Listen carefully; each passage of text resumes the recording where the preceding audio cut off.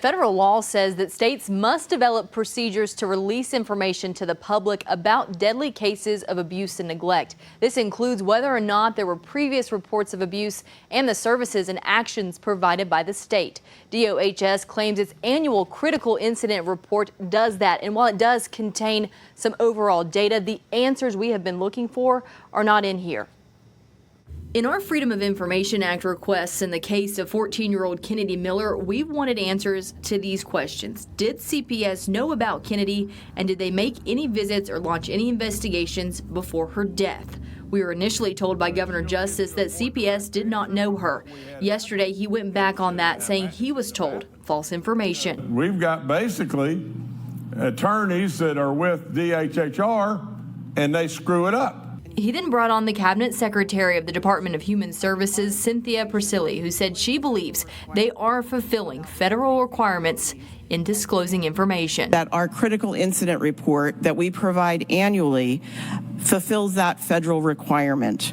So let's look through the critical incident report from 2023. Here you can see data on location of child abuse and neglect cases, as well as the cause of death, the victims' ages and races, and the age of the perpetrators. But what you won't find, though, is what we have been looking for: information about CPS involvement or awareness in these cases before it got to this point. DOHS has continued to maintain that the media, the public, and lawmakers cannot have this information because it violates confidentiality.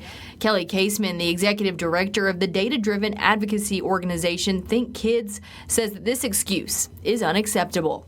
You can give us the who, what, where, and when, but the why is the sticking point. The why is what needs to be changed. Why would a 14-year-old girl starve to death? That is something that takes so long and is such a horrible way to die. How did no one intervene? And that's what Delegate Kayla Young says makes it difficult on lawmakers to make policy when they don't know what's going on from an annual report that comes out a year later. Not really any information that you need to figure out what we need to change. It's just the pure data breakdown of what happened, and that's to meet a federal requirement. Nothing in that document is giving us any sort of tangible information to pull to make policy changes to make our state safer for our kids. So there's a lot more to do on that front. Persili did say in yesterday's briefing that they are starting to look at how other states do it. South Carolina, for example, allows for disclosure of information if it's limited to the department's activities in handling the case. States like Arizona give a full, detailed report for every child fatality and near fatality. Caseman says it's a start to look at other states, but what she believes will bring about change is when the results of what's going on internally that have nothing to do with the child's personal information are shared with the public.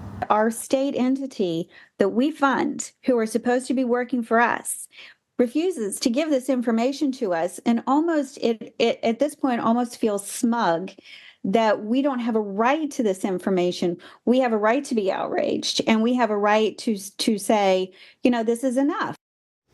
Now, I did confirm with DOHS that the 2024 critical incident report, which would include the general data from the deaths and near deaths of this year, will not come out until January or February of next year.